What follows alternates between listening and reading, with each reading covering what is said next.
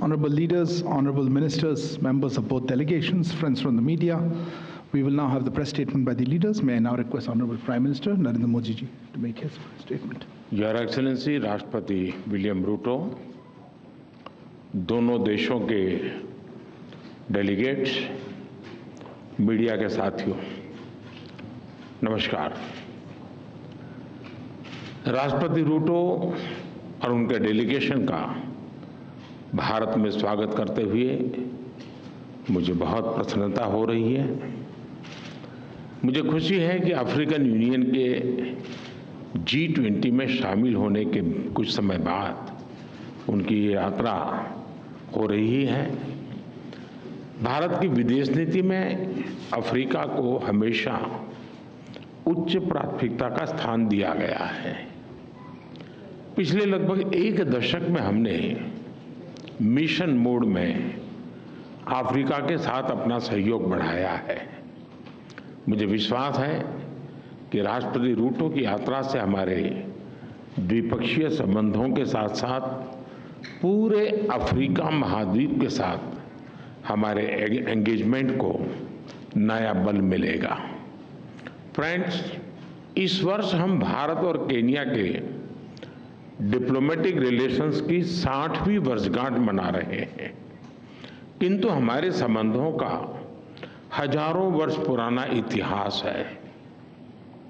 मुंबई और मोम्बासा को आपस में जोड़ता हुआ विशाल हिंद महासागर हमारे प्राचीन संबंधों का साक्षी रहा है। इस मजबूत नींव पर हम सदियों से साथ मिलकर आगे बढ़ते रहे हैं। पिछली सदी में हमने मिलकर उपनिवेशवाद का विरोध किया। भारत और केन्या ऐसे देश हैं जिनका अतीत भी साझा है और भविष्य भी। फ्रेंड्स, एक प्रगतिशील भविष्य की नींव रखते हुए आज हमने सभी क्षेत्रों में अपना सहयोग सुदृढ़ करने पर विचार किया और कई नए इनिशिएटिव्स की पहचान भी की।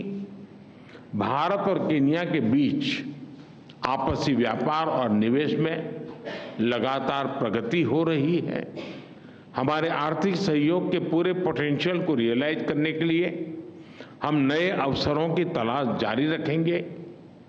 भारत केन्या के लिए एक विश्वसनीय और प्रतिबद्ध डेवलपमेंट पार्टनर रहा है।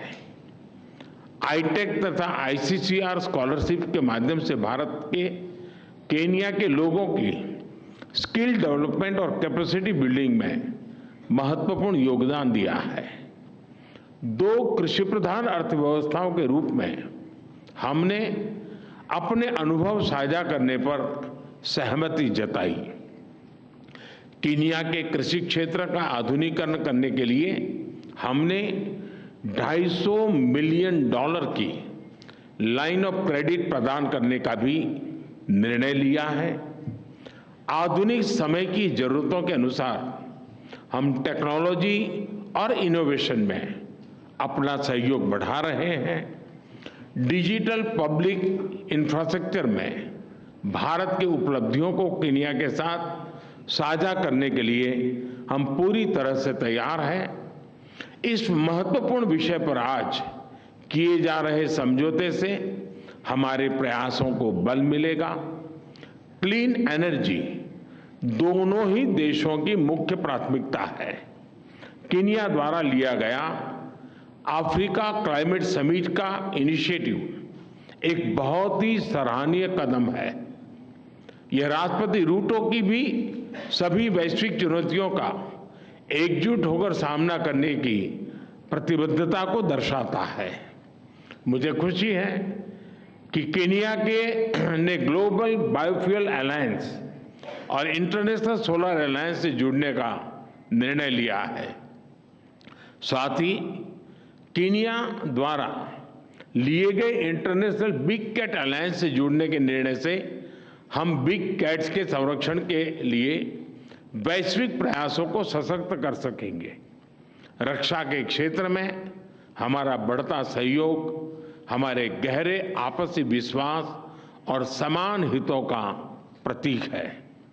आज की चर्चा में हमने मिलिट्री एक्सरसाइज, कैपेसिटी बिल्डिंग के साथ साथ दोनों देशों के रक्षा उद्योगों को भी आपस में जोड़ने पर बल दिया।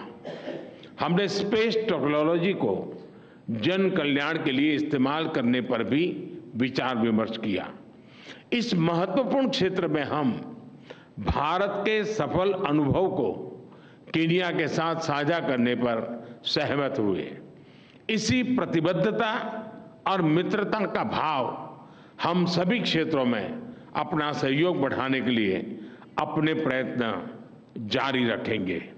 फ्रेंड्स, आज की बैठक में हमने नई वैश्विक एवं क्षेत्रीय मुद्दों पर चर्चा की। हिंद महासागर से जुड़े हुए देशों के रूप में मैरीटाइम सिक्योरिटी, पायरेसी और ड्रग ट्रैफिकिंग हमारी साझा प्राथमिकता के विषय हैं। इस महत्वपूर्ण क्षेत्र में आपसी सहयोग को मजबूत करने के लिए हम मैरीटाइम कोऑपरेशन पर जॉइंट विजन स्टेटमेंट जारी कर रहे हैं। केन्या और भारत का करीबी सहयोग इंडो पैसिफिक, उसमें हमारे सभी प्रयासों को बल देगा। भारत और केन्या एकमत है कि आतंकवाद मानवता के लिए सबसे गंभीर चुनौती है।